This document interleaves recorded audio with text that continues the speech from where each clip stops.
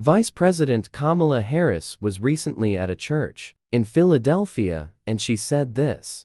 As a little girl on Sundays, and I know my sister was here recently, my sister Maya and I would go to 23rd Avenue Church of God in Oakland, California, where we attended Sunday school, we sang in the children's choir, and where I first learned in a way that I fully understood the teachings of the Bible and the power of faith.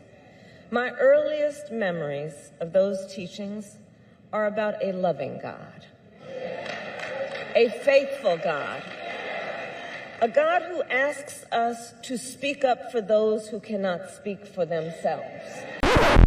Did she say speak up for those who cannot speak for themselves? Wouldn't that be the unborn? Kamala Harris is a hypocrite. She was the first ever sitting vice president to visit Planned Parenthood, a facility that performs abortions, deleting the unborn, the very ones who cannot speak up for themselves. Vice President Kamala Harris made history in the Twin Cities today. The vice president toured the Planned Parenthood clinic in St. Paul. It marks the first time a sitting president or vice president visited a clinic where abortions are performed. WCCO's Esme Murphy was there. Protesters waited outside Planned Parenthood's clinic in St. Paul for Vice President Kamala Harris to arrive. Security was tight both outside and inside the clinic. After greeting clinic administrators, the vice president was given a private tour of the facility. So I'm here at this healthcare clinic. This is not a healthcare clinic. This is a place where they delete unborn babies and sell their body parts. If you have not, make sure to watch this video which shows the exposing of this. To uplift the work that is happening in Minnesota as an example of what true leadership looks like. Minnesota is currently surrounded by states that have either banned or restricted abortion access. Since Roe v. Wade was overturned in 2022, this clinic has seen a 25% increase in abortions they've performed. And there has been a 100% increase in the number of women coming from out of state, some from as far away as Texas, for abortion services. Harris has been traveling the country promoting the administration's commitment to abortion rights, and she appealed directly to women who might be angry. How dare these elected leaders believe they are in a better position to tell women what they need, to tell women what is in their best interest. We have to be a nation that trusts women. Trust a woman to delete her unborn baby? Kamala Harris has also been very vocal about the Amber Thurman story, which she has greatly misrepresented and have not stated the facts about what really happened. And we will speak her name, Amber Nicole Thurman. Amber Nicole Thurman. Amber Nicole Thurman. That's right. And she had her future all planned out. And it was her plan. You know, let's understand, just take pause on that for a moment. She had her plan, what she wanted to do for her son, for herself, for their future. And so when she discovered that she was pregnant, she decided she wanted to have an abortion. So let me get this straight. She had plans that her unborn babies, just so you know, Amber was pregnant with twins. So based on what Kamala is saying here, Amber wanting an abortion was of convenience. But because of the Trump abortion ban here in Georgia, she was forced to travel out of state to receive the health care that she needed. But when she returned to Georgia, she needed additional care. So she went to a hospital. But you see, under the Trump abortion ban, her doctors could have faced up to a decade in prison for providing Amber the care she needed. I will briefly explain what the overturn of Roe v. Wade did, but before I do that, let us look at what really happened to Amber Thurman. First, you are going to hear about Kate Cox, and then Amber Thurman. Watch this. The reality is, since the overturning of Roe v. Wade, over 2 years ago now, the pro-abortion side has been desperate to push a narrative that abortion is necessary for women, that it's essential for our healthcare, that we need it, and that without abortion, women are going to die. Of course, they don't talk about the 1 million babies that are dying from abortion every single year in America. That's ignored by these media reports, but they zero in on these really tragic cases of women who are experiencing miscarriage or women who are experiencing maybe a life-threatening emergency. And then these media groups, these very pro-abortion ones, not all of them, but several of them, many of them, are really focused on claiming that it is pro-life laws that are putting women at risk. This is a flat-out lie. We debunked the Kate Cox case on the podcast before. We've been debunking that as an example, the case from the state of Texas. This was the mother. You might be familiar with her. She was pregnant with her third child and discovered that her child had trisomy 18. So it was a genetic disorder. And because her baby would have potentially life-threatening disability, and maybe the baby could have lived. I mean, some babies with this condition, like Bella Santorum, live to be, 16, 17 years old, are still thriving. But it can be fatal for a lot of babies as well, both maybe before birth or during birth or after birth. And so what Kate Cox insisted was that she be given a late-term abortion in the state of Texas. And Texas, she wanted to ultimately give a lethal injection to her baby with disabilities because she didn't want to give birth to this baby. And the state of Texas said, no, we're a pro-life state. We're not going to do that. So Kate Cox tries to sue the state. The state refused to back down. Obviously, this is a human life. You don't just get to kill your baby because they have a disability. And so what did Kate Cox do? She went out of state for a lethal procedure to end the life of her living baby. And this was done in the name of compassion. So these are the kinds of stories that are trotted out by the pro-abortion narrative. And they're always putting the empathy and the compassion on the side of this poor mother who has to deal with a, baby who's sick or a baby who's disabled. And there's never a shred of consideration. There's never a shred of consideration for the little baby that's being sometimes dismembered alive in an abortion procedure that they're so zealously defending. That's what we're dealing with when we're dealing with these stories. You never are told the story of the baby who's at risk of being killed via a violent abortion. It's always this smoke and mirrors presentation of how women supposedly need this procedure, when the reality is they don't. Let me unpack that a little more specifically with this Amber Thurman story.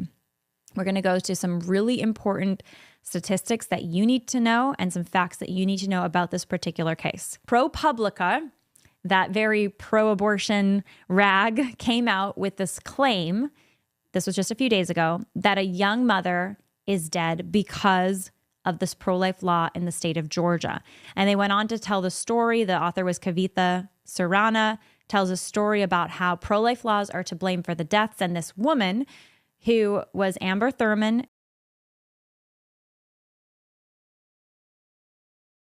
she was a single mother. She had a 6-year-old son. She was pregnant with twins. She had twin babies that she found out she was pregnant with. How she went out of state, out of Georgia, because Georgia has an abortion ban. They do not permit abortions. And she went out of state to North Carolina to go get ultimately the abortion pill. So she took the abortion pill, she went home, and she started to have serious complications. Now, here's where the first lie from ProPublica comes in. ProPublica is blaming a pro-life law for her complications. Her complications were directly a consequence of taking the abortion pill. Amber Thurman ultimately ended up dying because she took abortion pills, which killed her twins and then threatened and ultimately took her own life. This is not some random accident of what happened to Amber. Abortion pills at large in America, according to the latest data, land 1 out of every 25 women in the emergency room. So this is now 60% of all abortions. Abortion pills were, under the Biden administration, the FDA lifted even more controls and regulations off of abortion pills. They can now be delivered via mail. So you can just get your abortion pill in the mail, or you can, in this case of Amber, you could just drive to another state. And 1 out of every 25 women who are taking abortion pills end up in the emergency room because the complications are so severe. Why are the complications so severe? Well, the abortion pill regimen is 2 different pills. One of the pills is designed to starve the developing baby of nutrients, basically blocking the flow of progesterone so that the baby no longer can attach to the lining of the uterus and get the nutrients that he or she needs. And then the second abortion pill is used to ultimately force a labor of that baby, force a miscarriage. And so what happens sometimes is it doesn't complete the process of forcing the miscarriage. What happens is the baby is killed, the baby's dead, and instead of miscarrying that baby, the pill fails. And so the baby, the parts of this baby are left inside the mother. And the problem with this is it can lead to hemorrhaging or infection and can lead to death. In fact, women have died from the abortion pill. So it's a horrible, everything about it is horrible and heartbreaking, right? Every aspect of this. Heartbreaking for the lives of the babies that have been killed and are being killed by these pills. Heartbreaking for the mothers who choose this, sometimes out of ignorance, sometimes out of fear, sometimes just out of the own darkness in our human heart, and choosing to take these pills, which can have such serious complications and sometimes life-threatening complications. So let's keep going back to Amber's story, though. She comes back from North Carolina to her state of Georgia. She starts to bleed a lot. She's bleeding heavily. She's starting to have an infection, and she ultimately her body goes into septic shock. Now, ProPublica presents this as, well, they didn't provide her health care in Georgia because it's a pro-life state. But the reality is there is nothing in Georgia pro-life law that says that you cannot treat a miscarriage. At this point, she's effectively having a miscarriage because she took the abortion pills. And they particularly zeroed in on the DNC procedure. Now, you guys who are familiar with this and who kind of follow abortion politics and understand the abortion issue, understand that a DNC can be used in an abortion procedure to kill a developing baby. But DNCs can also be used in a miscarriage if the baby has already passed away and there's infection that may take place, or it's a miscarriage, the baby hasn't passed yet, to remove the baby. All right? I have a very close friend, as an example, recently who miscarried. She's hardcore pro-life, and it was devastating for her. And she ultimately got a DNC procedure because she had miscarried. The baby had passed away, and they used that to complete the miscarriage after waiting and monitoring the situation for a few weeks, actually. This friend is pro-life. She did not have an abortion. Her baby had already passed away. There was nothing about ending the life of her baby, but the procedure was used in order to help her pass her baby. Now, some people still get confused about this. Well, it's the same procedure and you just want it, you're just making it illegal. No, it's similar to if you're doing, I think I've talked about this on the podcast before. I was talking about it recently in a media interview. If you are burying somebody and they're alive, you're taking a live person and you're burying them and you kill them that way, that's a murder. If you take a dead body, somebody who's passed away, and you give them a proper burial, that's the proper treatment of a dead body. Similarly, it can be the proper treatment of a miscarriage when the baby has already passed away to do a procedure to remove the baby. But if the baby is alive, this is what Georgia prohibits, right? Well, in the case of Amber, the babies had passed away. She had killed them via the abortion pill, the first pill that she took, and she just wasn't able to pass them. And so ProPublica claiming that it was Georgia's pro-life law that killed Amber is a complete and utter lie. And what's so tragic about this lie, guys, is that they're using Amber's death and the death of her twin babies as justification for saying, let's have abortion on demand in the state of Georgia. That's what they're doing. In fact, Kamala Harris, I want to pull up this tweet for you guys. Kamala Harris, the Vice President of the United States, came out recently. It was today, actually. I think it was this morning, with this tweet. Let's pull this tweet up.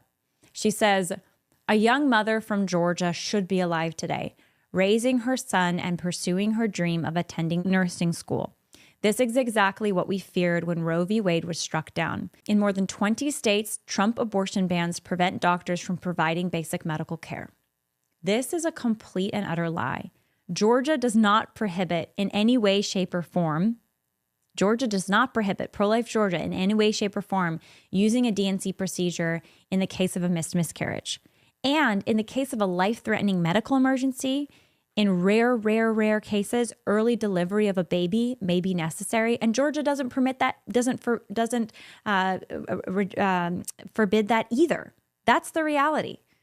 Georgia has an incredibly important and valuable pro-life law that is protecting lives, and they're getting attacked because the abortion pill is lethal, not just for the baby, but sometimes for the mother.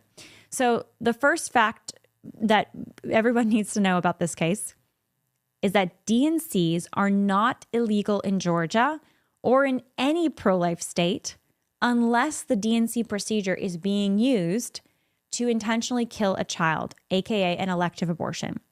That is what is illegal. If the DNC procedure is being used to kill somebody, it is wrong. If the DNC procedure is used in a rare case of maybe a missed miscarriage to remove a baby who's already passed away, that is medical care. That distinction is incredibly important. Number two, fact check for this Amber story is that sepsis, and this is ProPublica talking about how Amber endured sepsis that ultimately killed her. Sepsis is a known risk of the abortion pill. In fact, if you have, you see the abortion pill comes with a black box warning, because the abortion pill is a lethal drug, and the abortion pill, its own black box warning indicates that this can be a deadly drug. Even though they're claiming, oh, this is safer than Tylenol, yada, yada. No, it has a black box warning because the abortion pill can lead to sepsis. It can lead to infection that can be lethal for the mom. Number three, another fact to fact check the ProPublica hit piece against the Georgia pro-life law. ProPublica blaming pro-life laws is speculation, of course, because they're saying, well, the doctors were afraid to do a DNC because of the pro-life laws, and that's why they didn't do the DNC in enough time.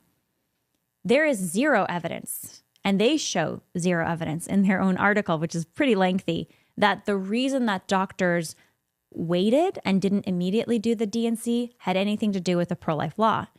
The reason that the doctors in many of these cases will wait and see is because they're monitoring the pregnancy to see, do we need to go to a surgery? Because there are additional risks with surgery. That's often the reason for a wait and see approach. Now, I wasn't in the shoes of the healthcare folks who were treating Amber. I don't know how much care or lack of care she specifically received. I think in many of these cases, medical malpractice may come into play. There's tons of that, unfortunately, happening in our country. Medical malpractice is a serious issue, and so this could be an element here. But of course, ProPublica doesn't want to blame medical malpractice. Again, ProPublica and Kamala Harris and other pro-abortion advocates want to blame pro-life laws.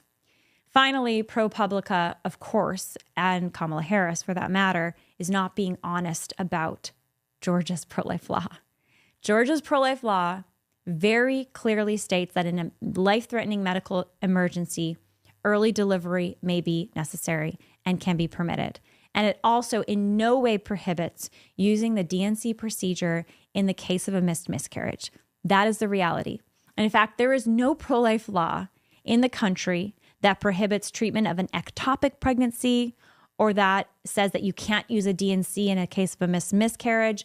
Those pro-life laws don't exist because everybody who's pro-life understands the difference between removing a baby who's already passed away versus killing intentionally a living baby, or the difference in the case of an ectopic pregnancy, removing the baby from a hostile environment if the baby's developing in a fallopian tube, and the tragic death of that baby that wasn't the intention, right? That wasn't the goal to kill the baby, but to remove it from the hostile environment of the fallopian tube where it's implanted there instead of the uterus, and the baby can't grow, or the baby's already dead or is dying, and the mother could have a life-threatening complication because there could be a rupture.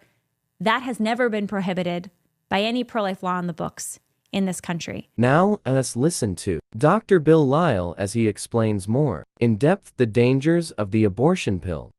The fastest growing form of abortion here in the United States now is a chemical abortion. And at least 39% of all the reported abortions in the United States are now performed with a medicine called mifepristone. How does it work? Mifepristone blocks a very important hormone called progesterone. If you break that word down, progesterone, progestation, this is the hormone that gets released after a pregnancy comes into play that tells the body, hey, congratulations, we're pregnant. We need to maintain this pregnancy. Our job now is to support this new pregnancy. Well, mifepristone, or the abortion pill, blocks the effect of that progesterone hormone. When it blocks it, support is withdrawn. But then once the support is withdrawn for the pregnancy is still there. So then the next day, pills are taken, 4 of them, which cause contractions. And these are real powerful contractions. There is pain, there is bleeding, there is passage of tissue, clots. Most people don't really expect what really occurs.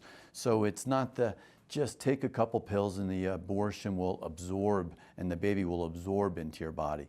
It still has to be passed. And we've all seen ultrasounds at 8, 9, 10 weeks along, which is where the abortion pill is primarily used.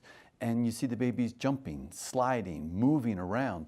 There's a baby there on the inside, but when you take the life of a baby with a chemical abortion, that baby still has to be passed. And it's a very uncomfortable, emotionally traumatic and physically traumatic event. My opinion, why are they leaving out that information? Nobody wants pain. Nobody likes pain. Nobody wants cramping. Nobody wants to have that kind of an emotional experience. My wife and I have 2 perfect daughters, but we had 4 miscarriages. So we've gone through that same type of pain. It's physical, but it's also emotional and it's psychological. And if people were aware of that, given true informed consent of what is really going to happen, a lot of them would say, I don't want to go through that. I really want to have the baby. And we see that a lot of people have regrets and they regret taking the abortion pill. And there's actually a lot of evidence that we can successfully reverse the effect of the abortion pill if we know in enough time to make a difference. I did not know that this could be reversed. Please share this video, because I think this is very important information. Don't take the pill. However, if somebody makes that mistake and they have taken the pill, there is a lot of good evidence, and there are a lot of people, doctors, nurses, nurse practitioners, physicians' assistants, and pregnancy centers that are there to help you. You can go to the website abortionpillreversal.com or abortionpillrescue.com. Same ministry, but they're here to help you because yes, we have evidence that about 70% of the time, if we can get in touch with you as soon as possible, which usually is within 72 hours, we can actually safely reverse the effect of the abortion pill. Healthy mom, healthy baby. And that's our goal in obstetrics. We want to have a healthy mom and we want to have a healthy baby. And when you've been blessed by somebody created in the image of God at that moment of conception, that's special, that's precious, and we want to help you avoid those regrets. Let me explain briefly the overturn of Roe v. Wade. The debate around Roe v. Wade and the Dobbs decision boils down to how the Constitution's liberty is interpreted and whether it includes the right to an abortion.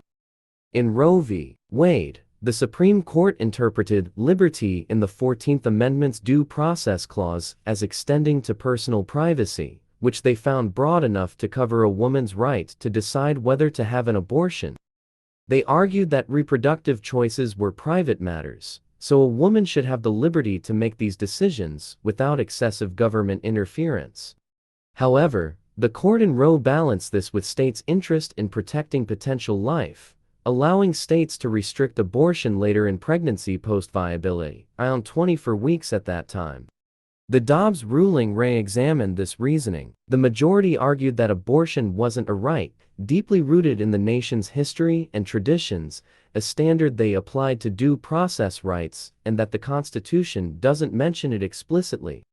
They believed Roe had created a new right without clear constitutional grounding. This interpretation led them to conclude that the issue should return to the states, as there was no explicit federal mandate on abortion. The decision touched on the different interpretations of liberty versus the right to life. Those who oppose abortion rights argue that the Constitution's protection of life should extend to unborn children, meaning states or federal government could protect it. Supporters of abortion rights, however, see it as a matter of personal liberty and bodily autonomy. The Dobbs ruling effectively placed the power back with the states, with each state now deciding how to balance these rights. So, Kamala, when you say this, a God who asks us to speak up for those who cannot speak for themselves. that also includes the unborn.